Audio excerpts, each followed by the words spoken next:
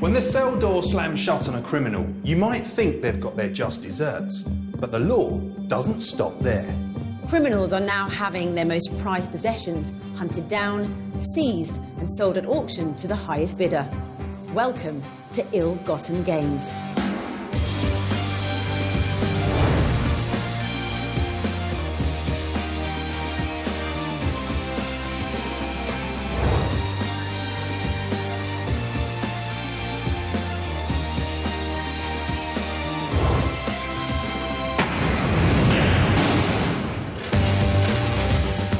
In this programme, we follow police in Wales on an operation with a difference. The officers here are not just looking to give a criminal jail time, they're about to strip him of his cash and assets. And this family yacht will be auctioned after it was intercepted sailing through British waters. It was being used by a criminal gang who were trying to pull off a massive international crime.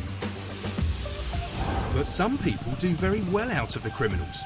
We meet the charities who receive the cash seized from crooks in their area and see how they spend it. For me to be able to provide a grant from the proceeds of crime to put into this project is fantastic.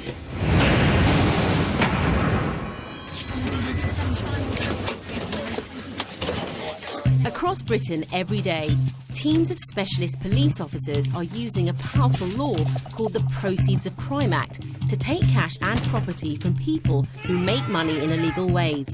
They might be fraudsters, drug dealers or benefit cheats, but any cash they made through breaking the law will be taken away by police. They've seized over £150 million from crooks in a year. And it's not just cash that gets seized. This building may not look like Sotheby's, but millions of pounds worth of goods owned by crooks get sold off here every year.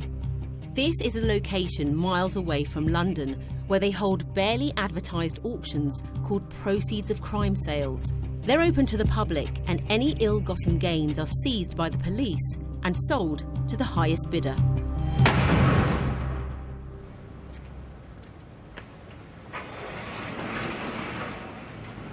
Up and down the country, there are secret locations like this one, where the police store assets seized by criminals using the powerful Proceeds of Crime law designed to hit crooks where it hurts the hardest, in their pockets.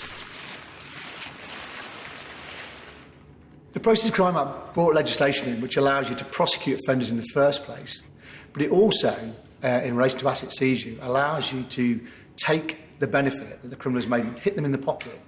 Once you've been a successful criminal, for want of a better word, you could lose the asset that you've acquired, and all that work could have been for nothing. But it also has the advantage of it takes the money and the cash and the circuitry money out of circulation, and in many cases that cash and that money would be reinvested in criminal activity. So it has a double effect of one, negating the symbolism of a successful criminal, but also removing the fund from being repatriated into criminal activity. For police to put their Proceeds of Crime powers into action, there first needs to be an arrest. And we were there when it happened. In South Wales, a team of specialist officers are preparing to raid a nearby address. They're after a suspected drug dealer who they believe has been living the high life, all funded by making money through drugs. Detective Inspector Julian Ball is giving his team a last-minute update on what to look for. This has been a Covert investigation for the past 6 months, which has focused on drug dealing activities of individuals based in South Wales and Kent. This morning we're looking to execute a number of warrants both here in South Wales and down in Kent. As you're aware, we have a number of officers down there. We're looking to execute 2 warrants within our region and also 3 within Kent. We're looking to go through the doors approximately 6:30, so in about 20 minutes. And Julian's officers will be looking for any evidence of extravagant wealth. It is an added bonus when we search the premises to identify hidden assets or property, jewellery, cash. So we have the appropriate staff there to deal with any unexpected find that may occur today. Today, Welsh police are looking to stop a man they think controls a large chunk of the drug trade. Then the financial investigators can start closing in on the money trail. The investigation has revealed that he's probably going to be the organiser down this way. Many of the officers involved today are financial specialists. They catch crooks, then strip them of their assets and cash. We can't show the investigators' faces, but they've got the target in their sights ahead. Dennis is there. Is he on the corner? The blue house? Yes. When we go to a suspect's house and we go through the door, we're looking for documents, paperwork, anything that will link them to assets. Could be one word or one phone number or one code written on a piece of paper. Anything that shows a trail for where the money's gone. They are just outside an address where they believe the suspect lives. Ready? Once inside, they will look for evidence of drug dealing, but they will also be looking very closely for any signs of wealth. The team plan to make a very fast entry into the house, so there is no chance to destroy evidence.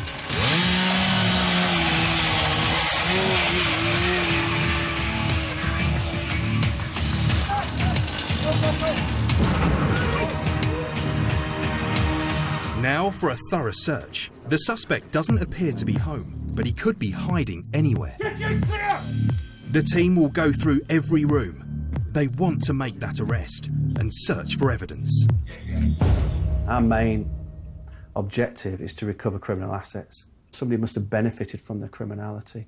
So we're mainly looking at crimes where people are making money and they're living off that criminality. So drugs dealers, fraudsters, money launderers, armed robbers, people who steal or break the law or commit crime in order to make money. If they're rich with assets but don't go to work for a living, where's the money come from? A full search reveals the suspect is not home, but the police aren't giving up. They've spent a long time investigating their suspect and want to check if he has fled to other addresses he's linked to. We owe it to the public, actually, to be targeting these individuals who sometimes are seen as untouchable, but they're not. And whilst the team in Wales search, more officers are raiding houses in London. The dealers have a sizable network of associates, and police believe it could be supplying a large proportion of drugs every year. No one wants to give up. Meanwhile, back in Wales, they're still searching for the suspected drug dealer. So we're going to make our way down now to other family members' addresses now, just to see whether or not there's any activity or any young vehicles over here. The team arrive at another address the suspect is linked to. No need for a chainsaw, the door is already open. This time the police have found their suspect inside. Now officers will search the address for signs of drugs, money or expensive assets that they believe were bought with money made illegally. This is the man they have been after this morning, and with financial investigators looking at his assets right now, he may not be the only thing being taken away today.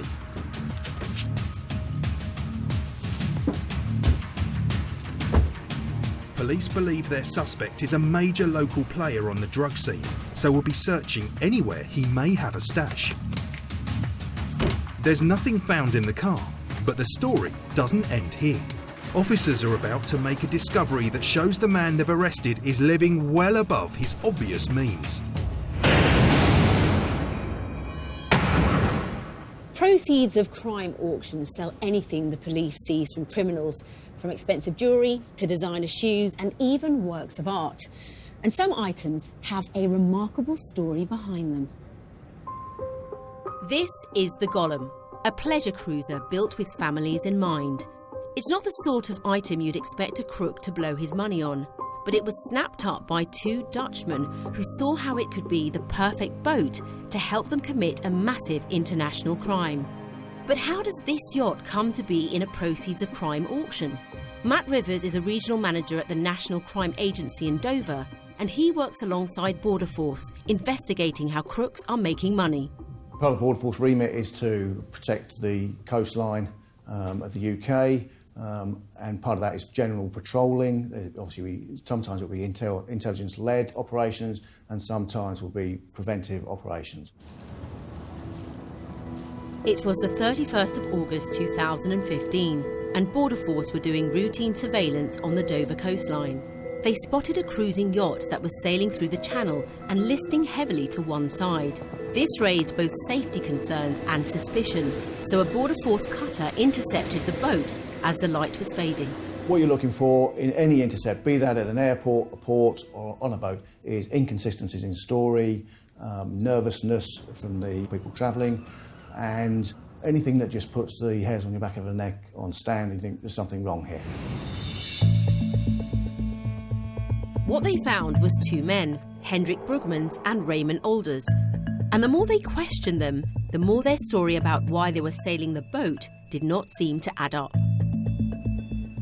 Brugmans has been resident in the Caribbean for a number of years, for between 8 and 10 years, with his wife. He's an experienced sailor. Alders, the crewman as I would call him, unemployed, Dutch male. I think it's Brugmans had come from Martinique, and the Alders, the crewman as he were, had said he'd come from Curacao, and the stamps in the passports didn't add up to the story they were giving. So, yeah, so there were small identifiers, but when you start adding them all up, you get to a position where you think there might be a suspect here. Investigators discovered that the men had sailed all the way from the Caribbean to Europe, a journey of over 4,000 miles. With the weather closing in, it was decided the best thing to do was to escort Gollum into shore to further investigate the men and search the vessel. Mark Jefferson is team leader for the Border Force's Deep Rummage team. He got the call and made his way as quickly as possible to Dover. He realised he was going to have a busy day searching for anything squirreled away on the boat. We could search high, we could search low, we can go into confined spaces because of all the equipment that we have. Mark deployed his team, suspicious that there was something hidden on board. I think one of the reasons that they were a bit suspicious about this particular yacht was the quite considerable list that it had to one side. I split the team up into pairs. They started their systematic searches, and the first call that I got from one of the guys that something was amiss was a detection of cocaine underneath a false base of a bench seat on what is like the wheelhouse. They carried on with their search. They didn't know it yet, but they were about to make the find of a lifetime. The reason the boat was listing heavily was because one side was stuffed with cocaine. With a huge quantity of cocaine now discovered, they were convinced there was still more to find. One detection like that doesn't stop the rest of the searches going on, and before too long there was another detection made in the false bulkhead at the back of a wardrobe. Incredibly, they went on to discover an even larger concealment in the wheelhouse. Another stash of cocaine in the false base of a large bench seat. And then they found that the fresh water tanks had been customised in order to store massive amounts of uncut product. Certainly from our viewpoint, from what we saw, it looked to be a pretty professional attempt at smuggling cocaine into Europe. Meanwhile, National Crime Agency officers were interviewing Brugmans and Alders to corroborate why they had found cocaine on the vessel. Although at this stage of the investigation, both suspects were keeping tight-lipped about the discovery. But Border Force officers knew the men had sailed one of the largest ever cocaine finds into British waters.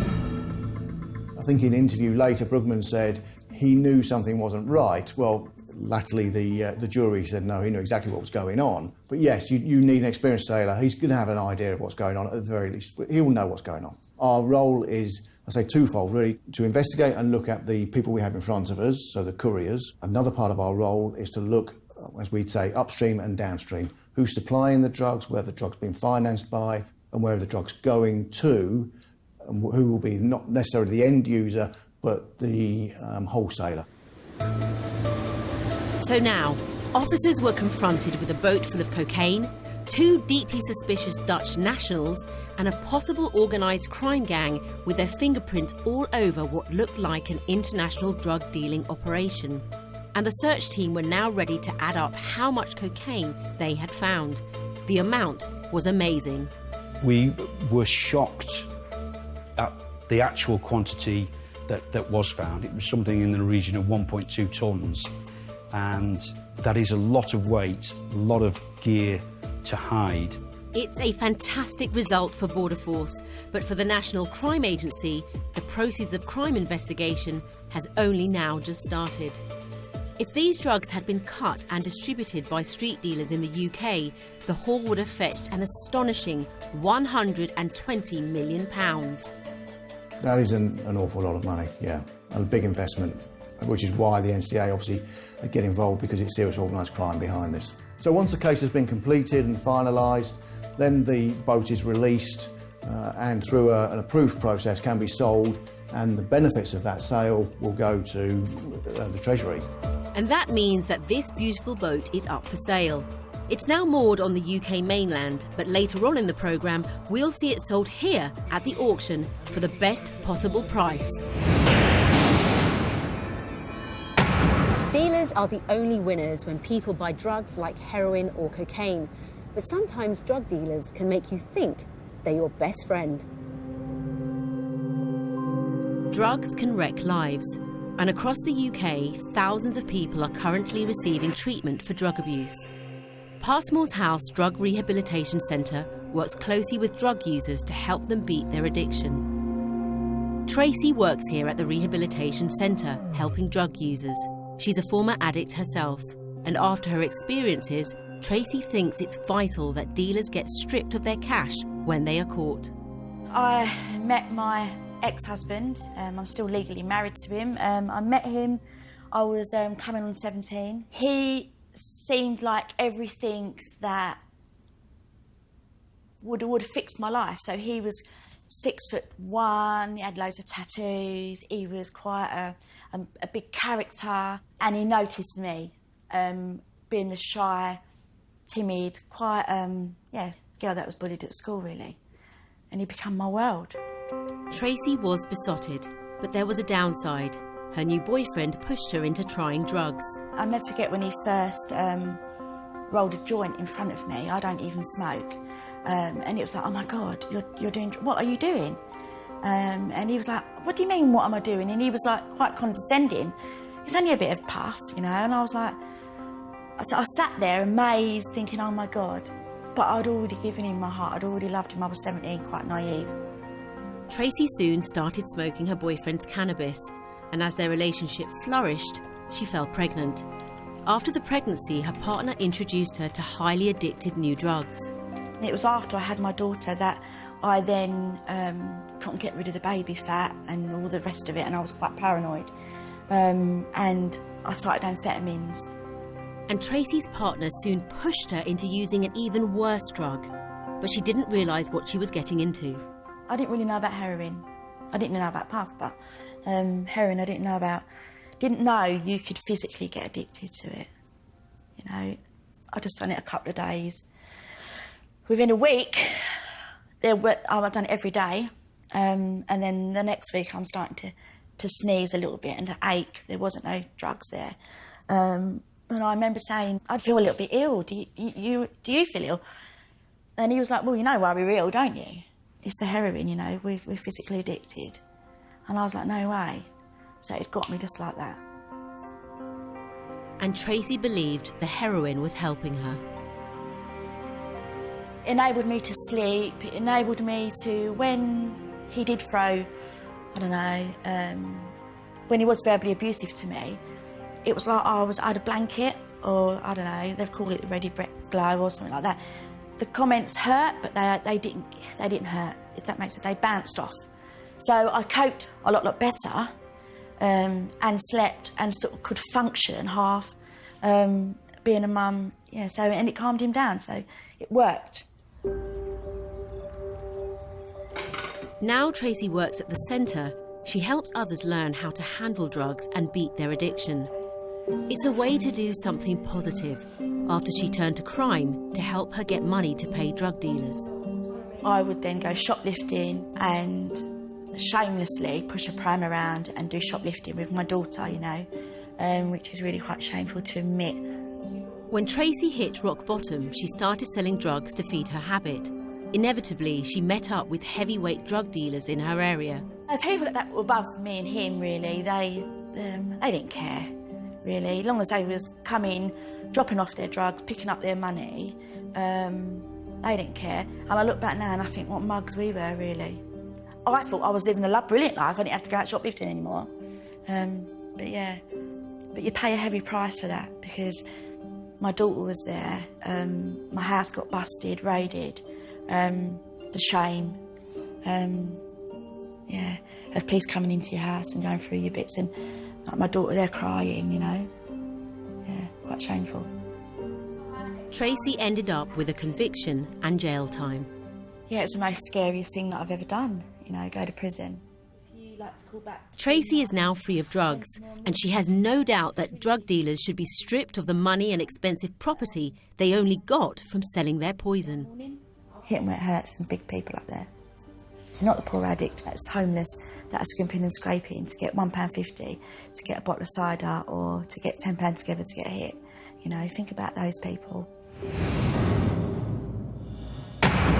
Proceeds of crime auctions will sell off items great and small. They could be worth tens of thousands or a few £100. But there's always a reason why they are there. Auction houses like this are open to the public and even offer people the option of bidding online.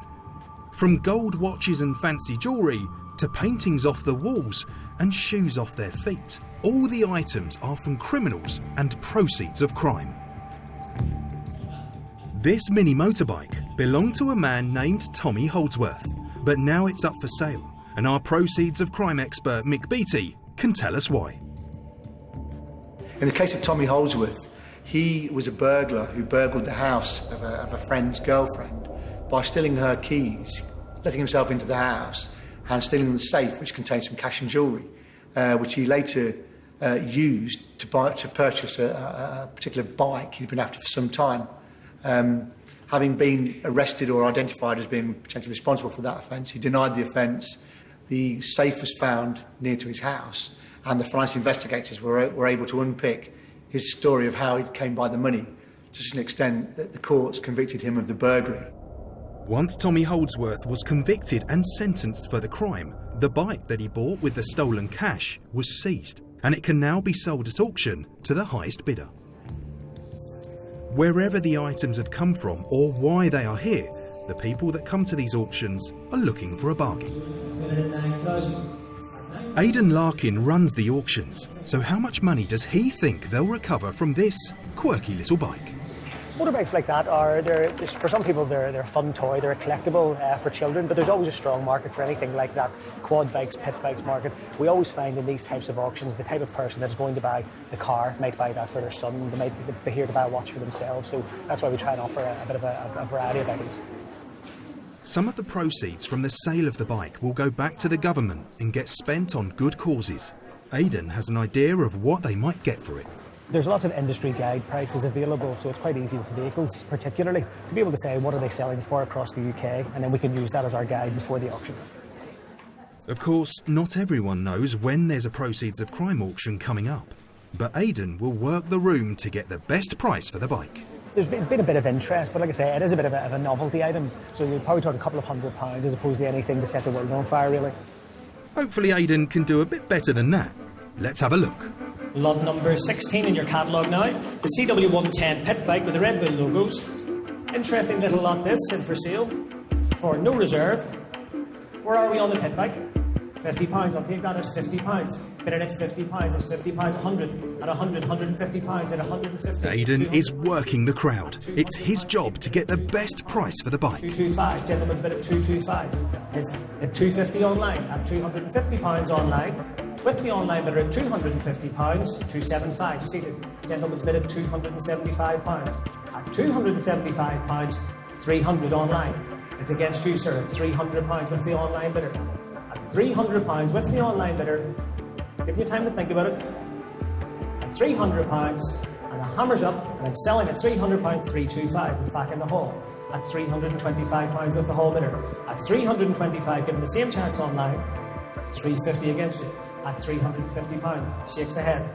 At £350 with the online bidder, and the hammer's up, and I'm selling once, twice, third and last, sold online, thank you.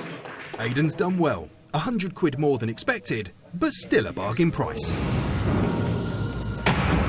Mini motorbikes like that one can be a bit of fun, but they can also be a problem if children ride them antisocially. So, in one forward-looking town, they're using the money raised in proceeds of crime sales to make bad biking a thing of the past. Trying to keep children off the street is a job taken very seriously here in Birstall, a small village near Leeds. Police have worked with the local community to help fund a charity called Bumpy. And as a result of their work, the children arriving on this bus are about to benefit from money raised in proceeds of crime auctions. Well, we're riding on pavement and police drove past and gave us a warning. We were all going round this roundabout and my mate's motorbike, and then cut out and then walked down the street a little bit, and then the police said that they've been having complaints about an orange motorbike. Local police and charity workers decided they could find something better than roaming the streets on two wheels for children to do. We're just trying to teach them the real basics, the fundamentals, helmets, protective gear, so they don't hurt themselves and they know the difference between where they can ride and where they can't ride. The sessions start with some basic safety training, something the children don't always bother with without encouragement. But it's important. Since 2004, 7 people have been killed riding mini motorbikes, and 6 of them were under 15. So using proceeds of crime money to teach children good practice could be saving lives. The scheme has just received nearly £5,000 from twice-elected local police and crime commissioner Mark Burns-Williamson. We've got some young lads here today who have been identified as being at risk of committing crime or antisocial behaviour through off-road biking. Got the neighbourhood police team here, and for me to be able to provide a grant from the proceeds of crime to put into this project is fantastic, and is exactly what I envisaged when I was elected to set up this fund. Seeing the scheme do so much to help children is a particular pleasure for Carolyn. It was her sister Julia who set up the original scheme in the 80s. Julia has since passed away, but Carolyn is determined to keep running the scheme and carrying on her sister's good work. I feel really proud that the work that Julia set out to do 27 years ago, we're still here despite funding cuts. We're still working at grassroots, working with the police and young people that could be involved in crime. And the nearly £5,000 from proceeds of crime is what's helped keep them going. Bumpy stood out because it's got a proven track record, interaction with the local police team, and they're giving up their time, and they're making a real impact in improving community safety.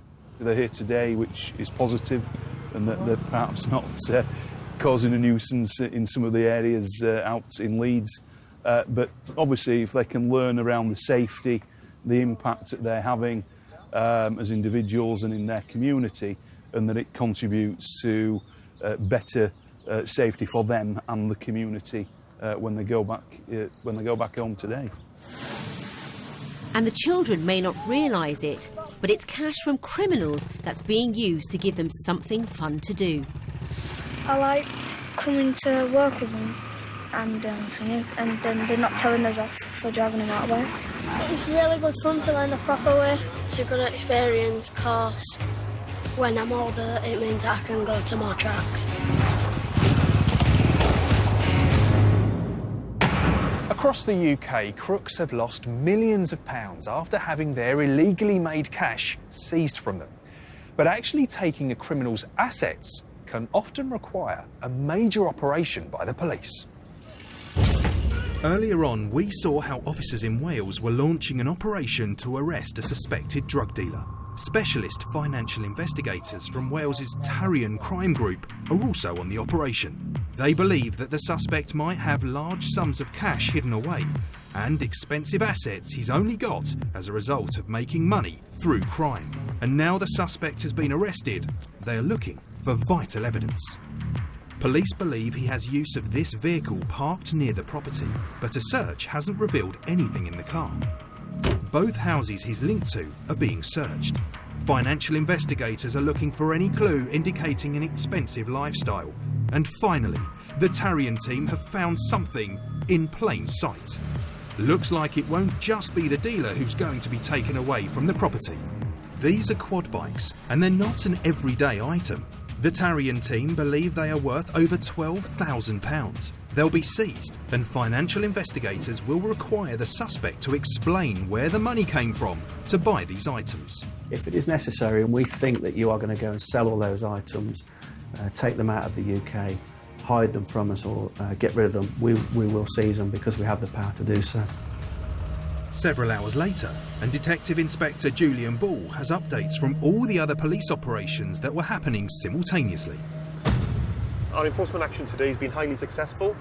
We have 6 persons in custody. A number of addresses have been searched across both the South Wales region and also the southeast of England. This has resulted in the arrests, which I've alluded to, but also we've identified a number of assets which we were previously unaware of. There's in the region of £300,000 hidden in bank accounts, and also a number of properties which we weren't aware of. Together with this, we've seized a number of high-valued vehicles as well. So all in all, a very, very good day. Following questioning, 6 men in both countries pleaded guilty to drugs offences. As a result, the Tarian team may force them to sell their assets to pay back money they made by selling drugs. You don't have to be a drug dealer to come under suspicion of a proceeds of crime investigation. Any type of fraud will put you under the spotlight. But when it comes to buying property, some people think they've found a clever way to beat the system. When someone is found to have benefited from criminal acts, the court system determines how much money they must pay back. The job of actually making sure that money gets paid is done by specialist officers known as the Asset Confiscation Enforcement Team. In Wales, the Tarian unit have their own officers dedicated to just this job. And that's what's happening for convicted mortgage fraudster Dean Ahmed, who was sentenced to 2 years and 8 months in 2014. He made over £750,000 by making false mortgage applications that allowed him to buy properties across Wales, whilst also claiming benefits from Cardiff Council. Basically, he'd committed a large number of frauds over several years, and from that he'd amassed quite a substantial property portfolio. And mortgage fraud is on the rise. Solicitor Joseph Monson is a specialist who's seen cases like this before. A mortgage fraud is simply a lie or a misrepresentation, as a lawyer would call it, in order to get finance, usually on a mortgage application. So simply saying the wrong amount of money that you earn each year, or saying that you have a different job or a different family situation, well, that could be regarded as a mortgage fraud at the lower end. At the more extreme end, you have multiple mortgages on the same property at the same time. You have the buyer and the seller being the same person illegitimately without telling the mortgage lender, or in this case, a misstatement or a frankly false identity. What Dean Ahmed had done was to cunningly fool mortgage companies into giving him a small fortune. He'd used false details, or used, in one case at least, the identity of a previous partner of his to obtain mortgages, obviously mortgages that he wouldn't have been entitled to had he used the correct information. And whilst living the life of a property mogul, he was telling the local authority he needed financial support. For a number of years he was claiming unemployment benefits, and because of his property portfolio he was obviously receiving rental income from that. However, he wasn't declaring that, which wouldn't have allowed him then to legitimately claim unemployment benefit. He built himself up quite a substantial property empire. Some of these properties were in Cardiff, some were down in the West Wales in the form of a holiday chalet, and he also had properties over in Spain as well. But following his trial, a judge ordered Dean Ahmed to pay back around £250,000 to the state because the ACE team believed he had that much in assets.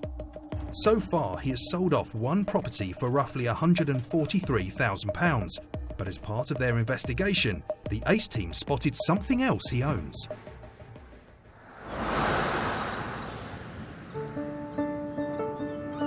This is Port Einan, a popular seaside resort in Wales, and convicted fraudster Dean Ahmed owns a chalet here. So Barrie and the ACE team are forcing him to sell it and return the money. But Dean Ahmed is chancing his arm. He wants the chalet sold for big money to clear his debt. But is Port Einan a big money property town? Property market, as far as Gower is concerned, does tend to be quite seasonal, especially if you're talking about the chalets, which are normally 8 or 9 month occupancy. You have to be empty for 3 or 4 months. They can be very popular for holiday letting out. At the same time, there's a fair choice. So you're pricing, if you're looking to sell, you need to be quite realistic with your expectations. So Port Einan has a buoyant property market, but there's a problem. Fraudster Dean Ahmed has asked for his home to be advertised for nearly £90,000, most of what he still owes. But Barrie suspects it's not worth that much. £90,000 for a property of that type is completely unachievable, and I would definitely say that £50,000 is a more accurate price for a property of that type in that area. And the property expert agrees. Normally 2-bedroom properties range from £40,000 to £50,000. Sometimes you can get a fraction more, but really that's the sort of main range for those that don't have or have a standard accommodation. If it's got a very nice view, you may get a fraction more, but normally £40,000 to £50,000. Barrie and the ACE team think there's no point advertising the property with agents at £90,000, and they've taken action. They've put the chalet into an unreserved auction. It will be sold for whatever the room wants to pay on the day. It'll be a miracle if it sells for the £90,000 that Dean Ahmed wants. The kicks things off is £40,000. There's a way of £40,000 and take it to 5, so £40,000, 45. Then it is 45,000, it's 50 with me. It's in the hall, it's with me, it's 50,000. It's with the written bid, it's £50,000. Well, following the bidding, it looks like the chalet has been sold, but for just under 50 grand. So there was no auction miracle for Dean Ahmed. £50,000, I would say, is a realistic price for that property being sold for. Naturally, the police are pleased to get the chalet sold, but Dean Ahmed has been told he has to find a total of nearly £250,000, so there's still a large outstanding balance, and the police will chase him for as long as it takes. As the ACE team, we will continually monitor and review cases within our jurisdiction, looking continually to identify further assets. And if we do come across further assets, there is a system in place from which we can actually go back to the court and inform the court and look to recover that outstanding money. Some criminals throw their money at expensive items like jewellery or cars to show off in, but others spend big money to help them commit crimes. All that matters to police is that they seize the assets and sell them off. Earlier on, we saw how a very expensive item was seized by the government. When Border Force officers spotted a suspicious boat sailing through British waters, they immediately intercepted it. As they moved in, they knew something was wrong, but they didn't realise how serious a find they're about to make.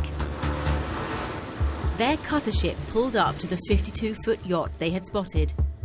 Its name was the Golem, and bizarrely it was listing to one side.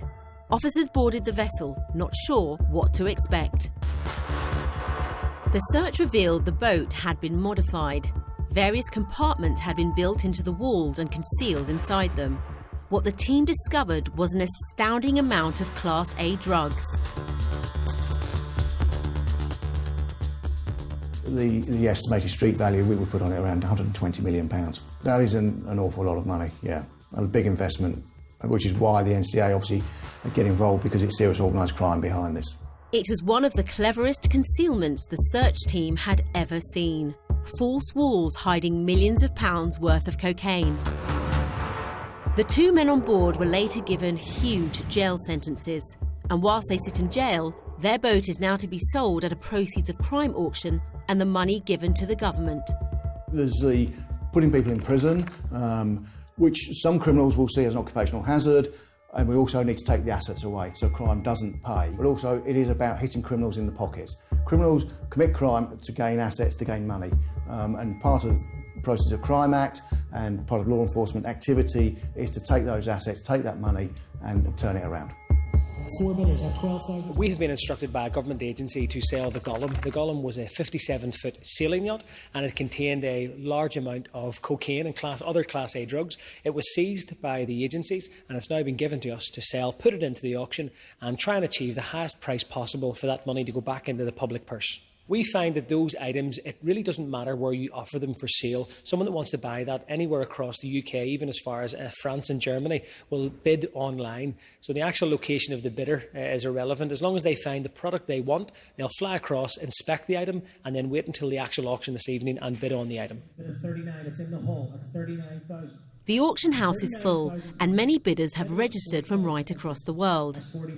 It's the Group Asset Recovery Manager's job to make sure he can get as much money as possible for the government by selling the boat at a good price. Lot number 75 is the Nordia 57-foot sailing yacht, the Gollum. In a fair bit of press, it's a spectacular-looking vessel.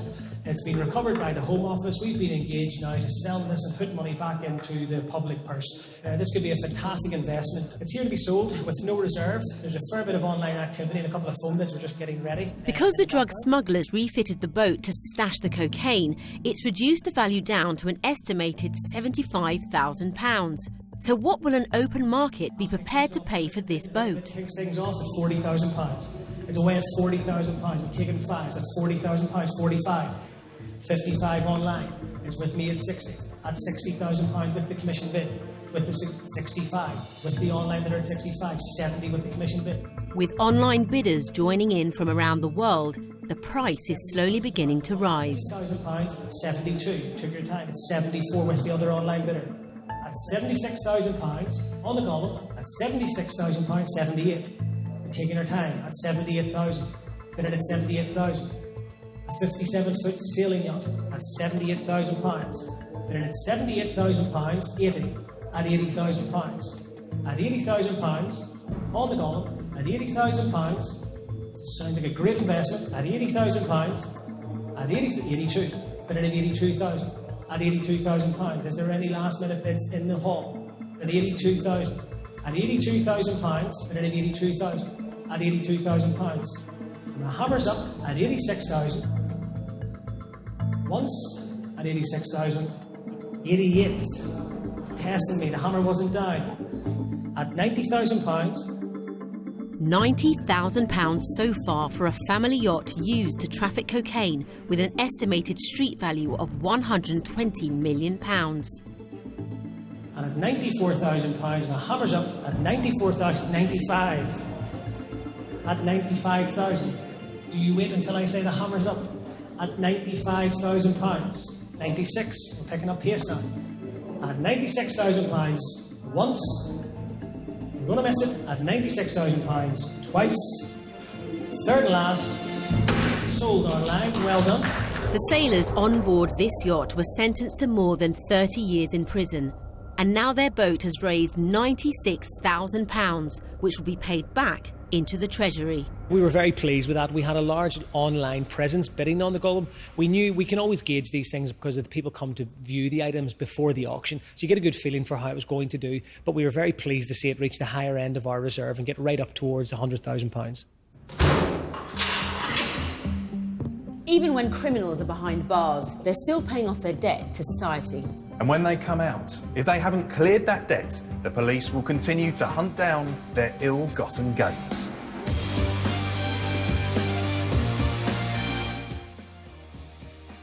A new series of crime drama, The Coroner, starts this afternoon.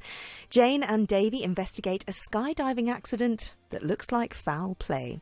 That's at 2:15 here on BBC One. Next this morning, Homes Under the Hammer.